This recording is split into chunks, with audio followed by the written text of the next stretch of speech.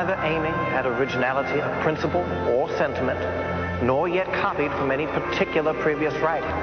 It was intended to be an expression of the American mind, and to give to that expression the proper tone and spirit called for the occasion.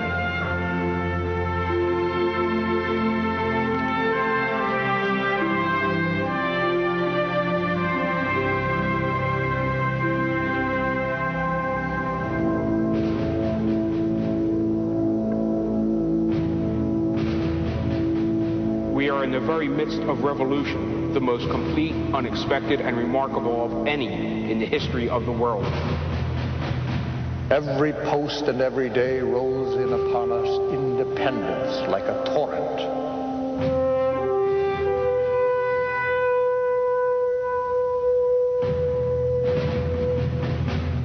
Our obligations to our country never cease, but with our lives.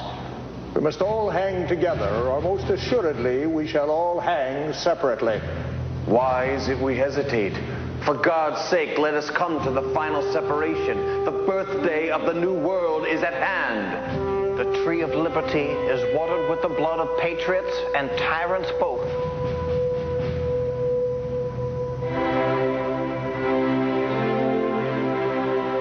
When in the course of human events it becomes necessary for one people to dissolve the political bands which have connected them with another, and to assume among the powers of the earth the separate and equal station to which laws of nature and of nature's God entitle them.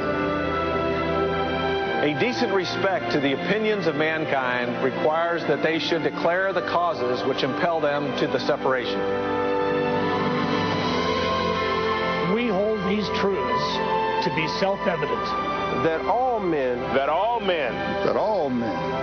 are created equal. That they are endowed by their Creator with certain unalienable rights. Among these are life, liberty, and the pursuit of happiness. That to secure these rights, governments are instituted among men, deriving their just powers from the consent of the governed. That whenever any form of government becomes destructive of these ends, it is the right of the people to alter or to abolish it and to institute new government. Laying its foundation on such principles and organizing its powers in such form. As to them shall seem most likely to affect their safety and happiness.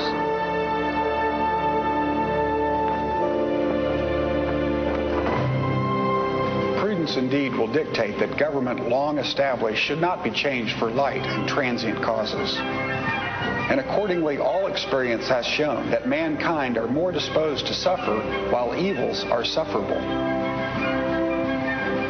than to right themselves by abolishing the forms to which they are accustomed. But when a long train of abuses and usurpation, pursuing invariably the same object, evinces a design to reduce them under absolute despotism, it is their right, it is their duty to throw off such government and to provide new guards for their future security.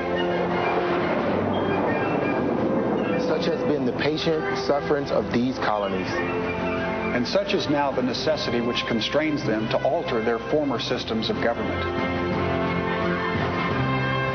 We, therefore, the representatives of the United States of America, in General Congress assembled, appealing to the Supreme Judge of the world for the rectitude of our intentions, do in the name and by the authority of the good people of these colonies, solemnly publish and declare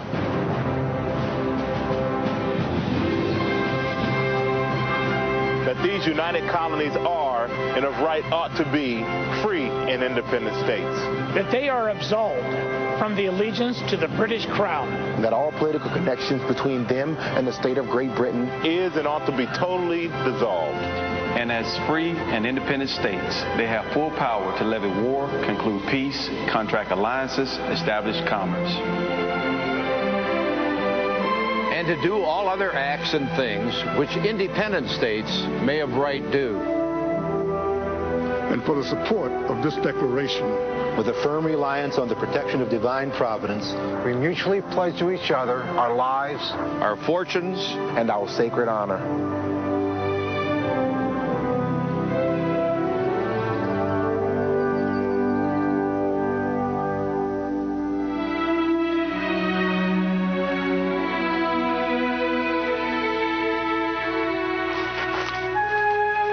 Why so large, Mr. Hancock?